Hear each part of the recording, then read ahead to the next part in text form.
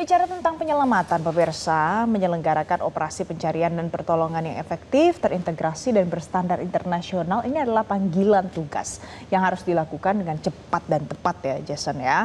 Adalah dilakukan oleh Badan Nasional Pencarian dan Pertolongan atau Basarnas. Ya, lantas apa saja sebenarnya langkah yang dilakukan Basarnas untuk memberikan rasa aman bagi seluruh warga? Berikut kita simak bincang-bincang rekan kami Reda Pulpi bersama dengan Kepala Basarnas Marsikal Madya TNI Muhammad Syafi'i dalam segmen Tatap Muka.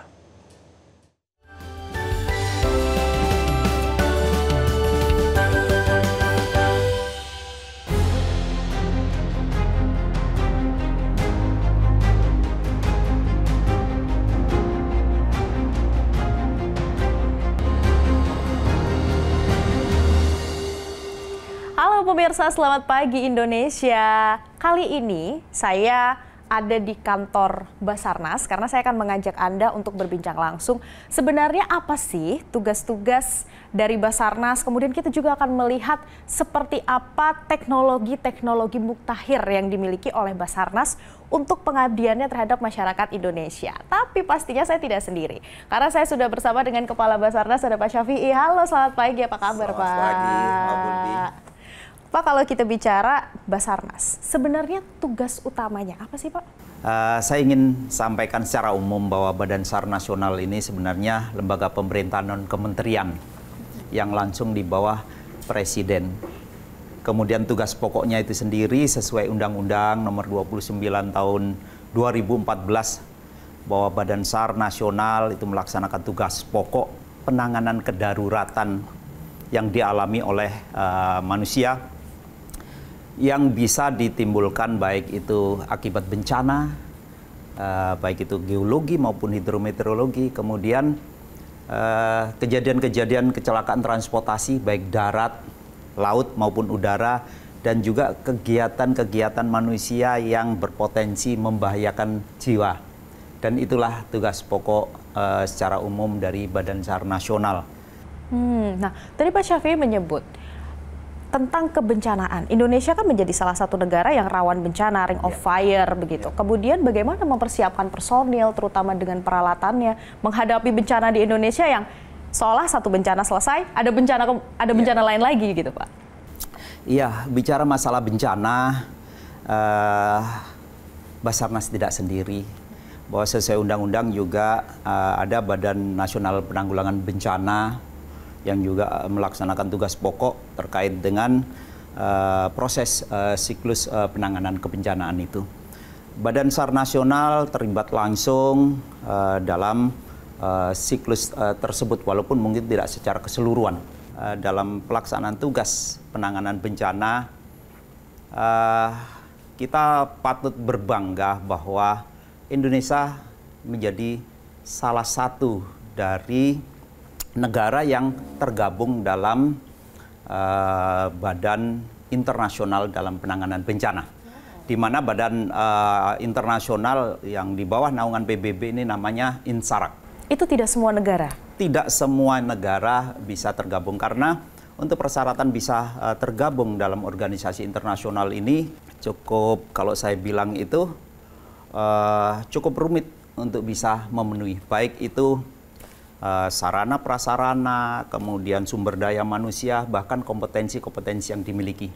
Dan pada saat Indonesia bisa lolos, akhirnya kita mendapatkan mulai dari organisasi kita yang tergabung di internasional itu namanya INASAR.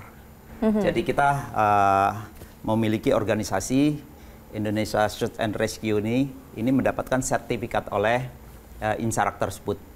Dan sertifikat yang kita dapat ini secara 5 tahun harus di-currency. Dan andai saja di-currency ini kita tidak lulus, ya akhirnya kita juga terlepas dari organisasi itu. Makanya pengalaman kita selama ini alhamdulillah, INASAR ini atau Basarnas ini menjadi kepanjangan tangan dari pemerintah, bisa berperan di dunia internasional. Tapi apa keuntungannya ketika Basarnas bisa masuk bergabung dengan INSARAG? Sudah pasti bahwa kita atas nama negara, kita bisa berkiprah dalam mendukung, ikut berperan di kebencanaan di level internasional. Begitu juga pada saat kita ada kejadian pun kita dengan mudahnya akan mendapatkan perbantuan.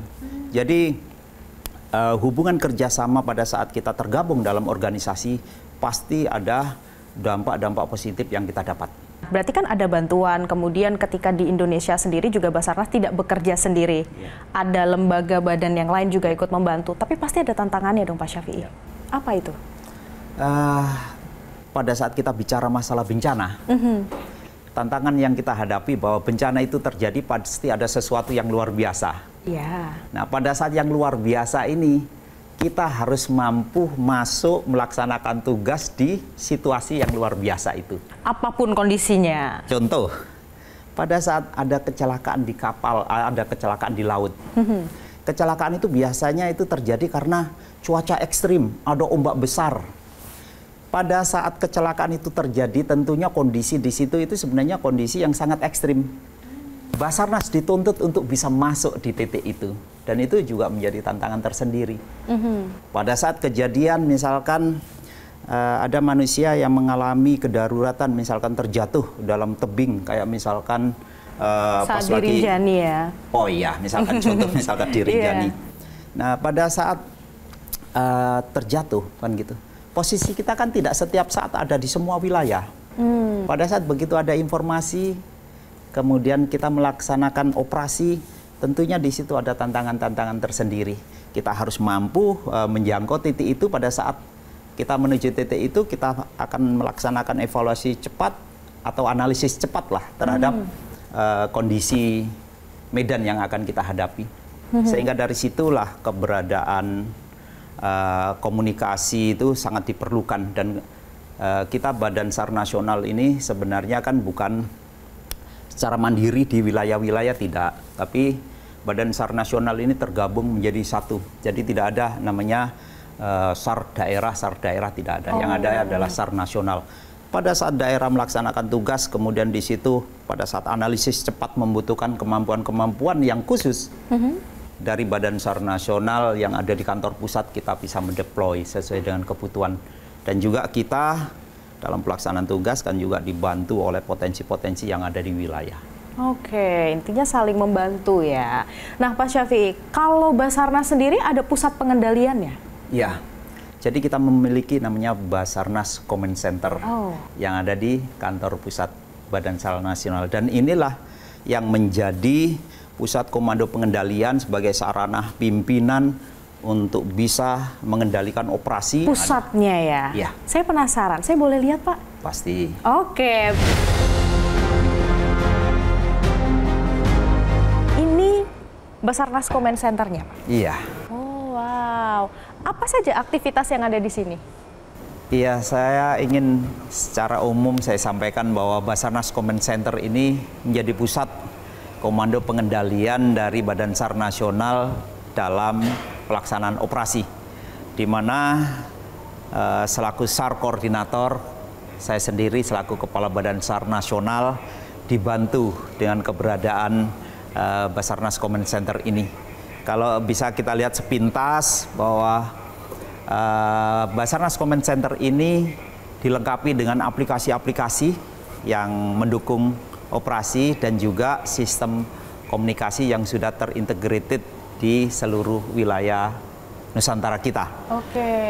Saya sepintas saya sampaikan, ini adalah aplikasi yang terintegrated langsung dengan BMKG, sehingga informasi-informasi yang dikeluarkan oleh BMKG kita selalu update real time. Kemudian yang paling sebelah kanan itu adalah aplikasi yang terhubung langsung dengan International Search and Rescue atau INSARAG. Jadi informasi-informasi operasi yang dilaksanakan present time itu akan muncul di situ. Begitu juga seperti kemarin, begitu ada bencana yang ada di Rusia, sudah ada warning. Otomatis langsung ada. Warning, ada informasi resmi. Kemudian di sebelahnya lagi itu adalah aplikasi untuk merekod seluruh operasi SAR yang dilaksanakan di wilayah Indonesia. Kemudian sebelahnya adalah aplikasi yang membantu dalam merekomendasikan konsep operasi yang dilaksanakan di wilayah. Jadi kantor SAR yang ada di wilayah tidak semuanya dilengkapi dengan fasilitas dan kemampuan untuk melaksanakan operasi. Secara besar, misalkan kantor SAR di Surabaya, kantor SAR di Bali, ternyata kejadian ada di Selat Bali. Sehingga tidak langsung dari wilayah ini untuk langsung bisa berbuat. Sehingga dari Basarnas Command Center inilah menunjuk Kakansar yang ada di wilayah selaku SMC, SAR Mission Coordinator, di bawah kendali saya untuk melaksanakan operasi dibantu dengan fasilitas yang ada. Terus di sebelahnya adalah aplikasi yang terintegrasi dengan AirNav. Di situ adalah kondisi traffic yang ada di wilayah negara kita. Cukup crowded. Penerbangannya. Iya. Dan itu menjadi atensi kita untuk setiap saat monitor. Karena ini adalah menjadi bagian kewajiban kita dalam mendukung Kementerian Perhubungan. Dan kita setiap tahun sebenarnya kita diaudit oleh lembaga internasional, namanya International Civil Aviation Organization.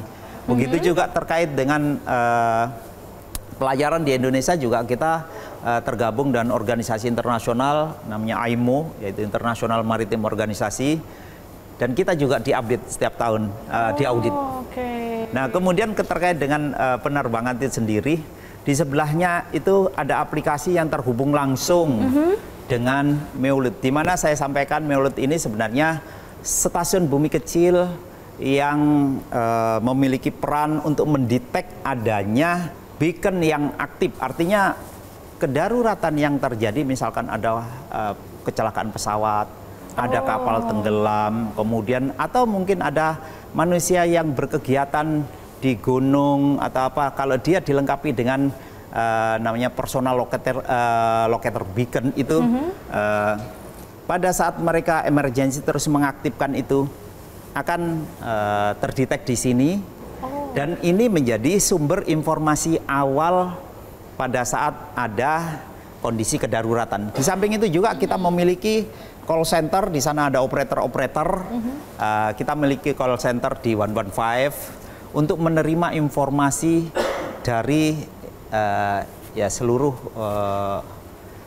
Indonesia yang menghubungi ya.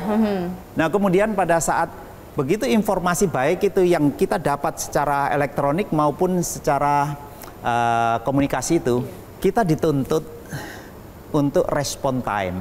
Begitu ada informasi kedaruratan, kita harus mampu melaksanakan analisis cepat untuk tindakan yang akan kita lakukan. Pada saat misalkan ada emergency ada di suatu wilayah, kita langsung broadcast ke wilayah setempat informasi itu dan kekuatan yang ada untuk disiapkan untuk melaksanakan operasi. Sehingga disitulah respon time yang... Nah, biasanya butuh waktu berapa lama, Pak? Semisal dari ada satu kejadian, kemudian sampai bisa diterima oleh Basarnas? Pada saat berita itu kita terima sampai kita tim AJU bergerak, ada aturan yang harus kita penuhi. Kita tidak boleh lewat dari 20 menit. Tapi, apapun kejadiannya? Apapun itu kejadian. Jadi kantor SAR sudah harus ada action awal itu di 20 menit gitu. Karena? Kita tahu bahwa pada saat ada kondisi yang membahayakan manusia, tentunya saudara-saudara kita yang mengalami musibah ini, pertama kepingin diselamatkan dalam kondisi hidup. Sehingga kalau misalkan kita dalam 3 menit sudah bisa bergerak, ya itu pasti akan kita lakukan.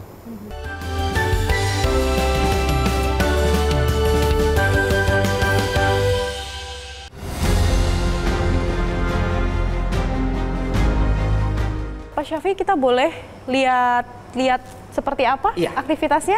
Mari. Saya temani. Kalau tadi kita sudah bicara tentang personilnya begitu ya Pak Syafi. Kalau terkait dengan teknologi termutakhir yang dimiliki Basarnas apa saja? Iya, bicara masalah teknologi dihubungkan dengan tugas pokok kita. Kita kan melaksanakan tugas mulai dari SAR darat, SAR laut, dan juga SAR udara. Tentunya dari masing-masing fungsi ini kita selalu update terhadap teknologi. Contoh misalkan pada saat kita operasi SAR, kita memiliki drone thermal. Jadi kita tahu memang kalau drone ya sifatnya terbatas, tapi pada saat kita lengkapi dengan teknologi drone thermal, dari suhu badan manusia ternyata alat ini sangat efektif untuk bisa membantu menemukan kondisi atau posisi korban. Seperti contoh saat dirinjani ya? Iya, misalkan seperti itu. Kemudian juga terkait dengan SAR laut juga kita menggunakan teknologi-teknologi untuk bisa mendetek atau melaksanakan pencarian terhadap objek yang ada di bawah laut. Kita memiliki namanya ROV, itu semacam ya fasilitas yang berteknologi robotik untuk bisa melaksanakan pencarian dan juga melaksanakan foto di dalam air. Begitu juga kalau misalkan SAR-SAR yang kaitannya dengan perlengkapannya rescuer kita, tentunya kita akan lengkapi dengan teknologi-teknologi yang terbarukan. Walaupun kita sadar bahwa tidak semua tenaga rescuer kita harus dilengkapi itu secara keseluruhan. Minimal kita memiliki Basarnas Special Group yang ada di kantor pusat. Mereka lah sebenarnya yang kita lengkapi dengan fasilitas-fasilitas yang terbarukan ini.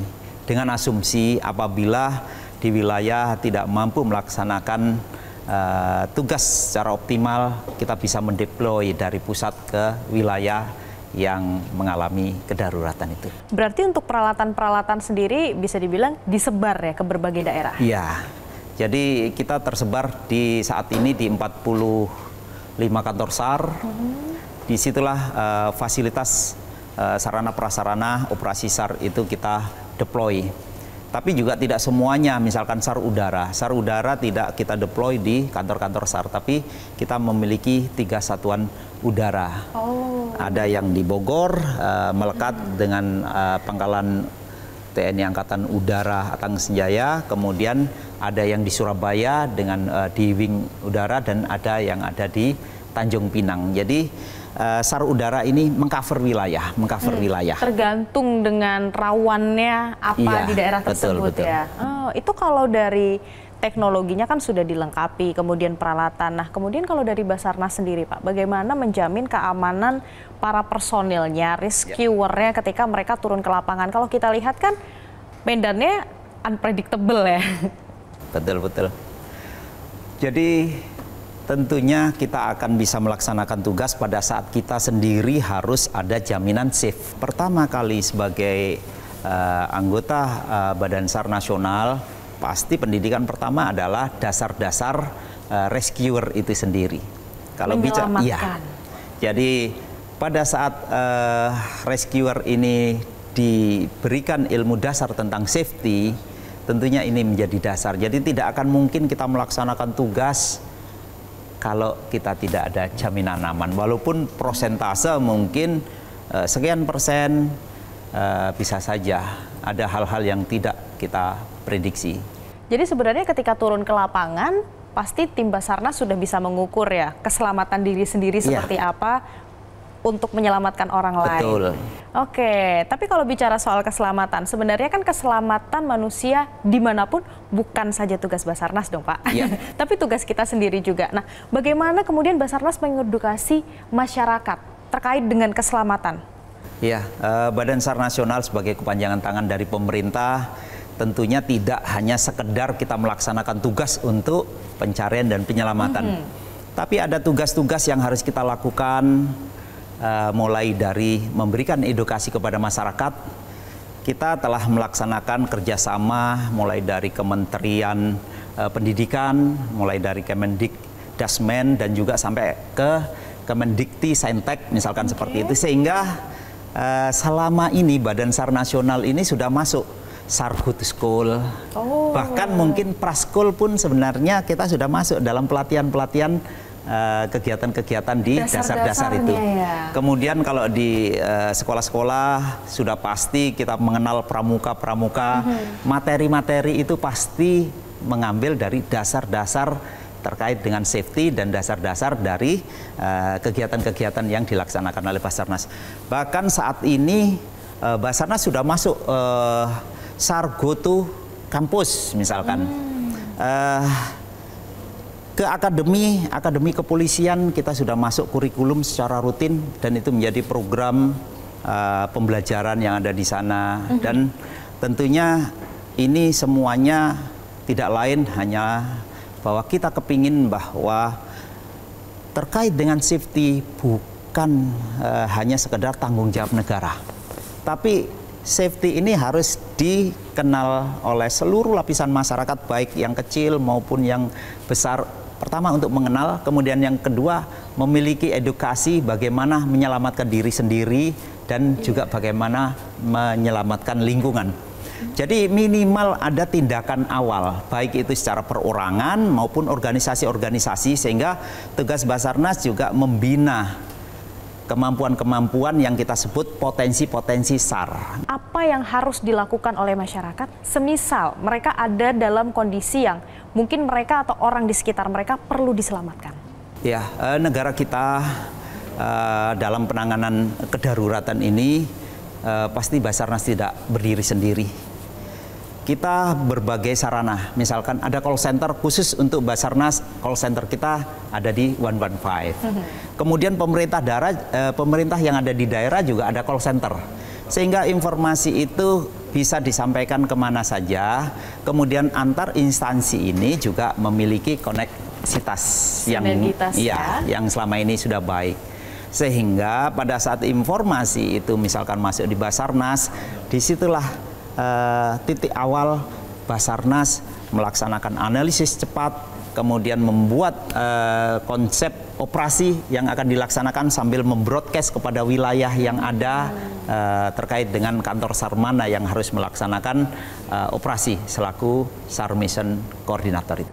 Oke, jadi meskipun Basarnas ini concernnya adalah menyelamatkan, tapi yang pasti bicara soal keselamatan bukan hanya tugas Basarnas semata pemirsa, tapi ada tugas dari lembaga-lembaga, kemudian kementerian dan juga badan lain, termasuk ini juga tugas kita sebagai masyarakat harus tahu ya Pak Syafi'i, bagaimana ketika kita atau mungkin orang di sekitar kita ada dalam kondisi genting yang perlu diselamatkan. Terima kasih banyak Pak Syafi'i. Saya sudah diajak berkeliling dan juga melihat seperti apa teknologi Muktahir, kemudian juga seperti apa tugas-tugas dari Basarnas. Terima kasih Pak Syafi'i atas waktunya. Sami-sami. Itu tadi pemirsa Tatap Muka episode kali ini. Sampai jumpa di episode berikutnya.